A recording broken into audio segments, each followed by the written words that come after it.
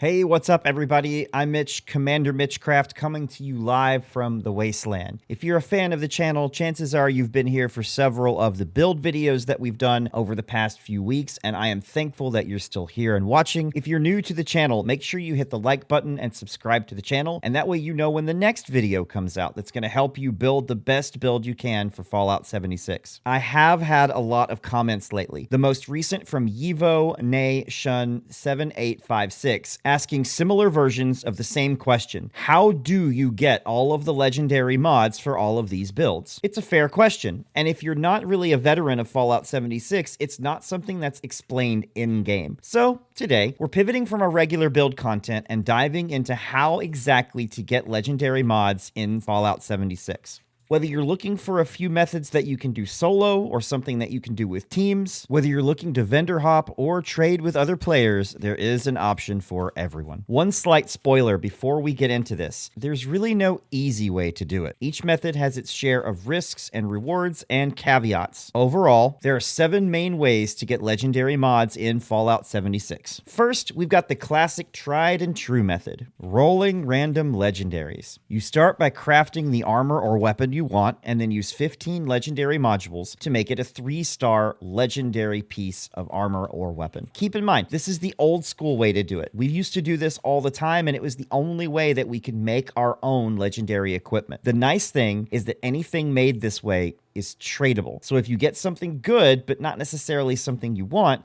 you can either sell it for caps, scrap it for legendary mod chances, or trade it to other players. There's always a chance that you can get a lucky roll, so it's always worth trying first. Next, let's go visit everyone's favorite purveyor over at the Rusty Pick. Purveyor Mergmer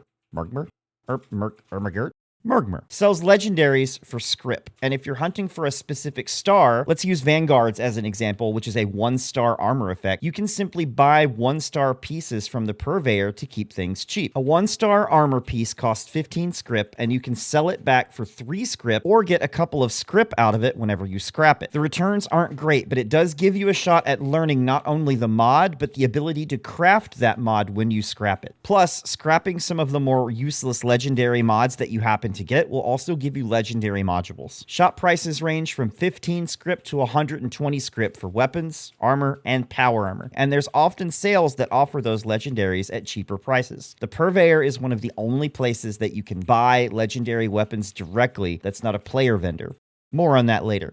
It is random, but it does give you a direct route to obtain the legendaries that you might need. At this point, we're looking at it being a numbers game. The more legendary weapons and armor that you pick up and scrap, the more likely you are to find the mod that you need. So running public events that give you lots of legendary weapons and armor is always a nice way to go. We're going to be looking at events like Radiation Rumble, Eviction Notice, and to a lesser extent, Moonshine Jamboree and Test Your Metal. These events often drop legendary gear as rewards, and the enemies you face can also drop legendary as well. Radiation Rumble is fantastic for farming because of the sheer number of enemies and the small choke point that it forces them to go through. It's basically a legendary piñata or a meat grinder. But let's be real. Eviction Notice is the #1 public event for getting legendary weapons and armor, and it has the added bonus of dropping other high-level gear and materials as well. It's one of the few events where 3-star legendaries spawn reliably and like clockwork. Just make sure you don't let the rad scrubber go down, okay? Moonshine Jamboree and Test Your Metal are also decent, but they don't quite have the same loot output. You might end up with a couple of legendaries by the end of the event. Still,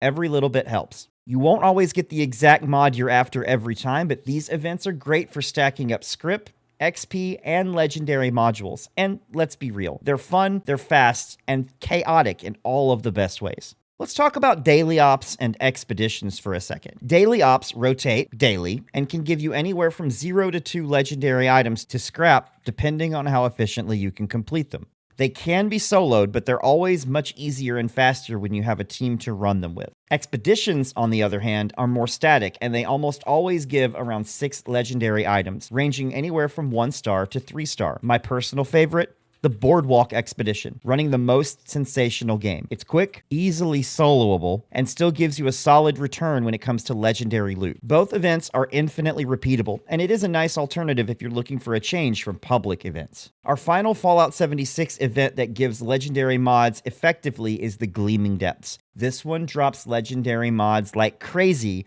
but with a catch. They're totally random. You can get up to 4-star mods from it, which, by the way, this is the only way that you can get 4-star mods anywhere in the Wasteland. And that's nice, but there is no way to target specific ones. Still, if you can find a good group, the more runs that you do, the better your chances of getting the mod that you want. If you're not having much luck with scrapping legendaries or running public events, you could always vendor hop. Obviously, this one has much lower odds, but if you're patient, sometimes you can find rare mods right in players' vendors. It's worth checking on your server every now and then to see if someone has a lot of mods they might be selling, and if you're hunting for something specific, it might be the way to get it quickly and efficiently. Just don't count on it being a consistent source of the mod that you absolutely need. Finally, if you just don't want to grind, there are other options. Consider visiting the Market 76 subreddit and Discord. Players often post mods and other equipment for sale or trade. And while you can sometimes find players offering them for caps, normally leadership bobbleheads are the currency of choice in those areas. Setting up a trade can be hit or miss, but it's honestly the most direct way to get what you need, especially if what you're looking for is a bit on the rare side. If you're leery about trading, don't worry. They will set up couriers to come help facilitate the trade for you, so there's no risk at all. So yeah,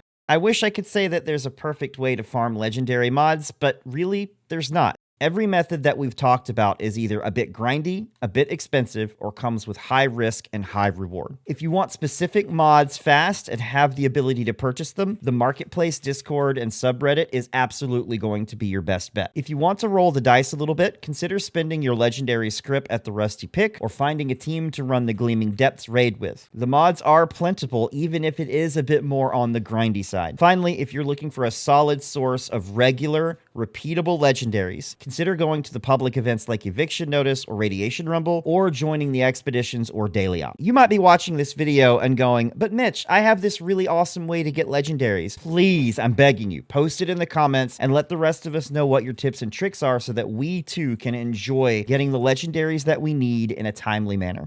And hey, if this guide helps, or some of the other guides have helped you in the past, make sure you subscribe to the channel, like the video, and make sure you get notified when our next build video goes live. Thank you so much for sticking around. Class is dismissed, and I will see you out in the wasteland.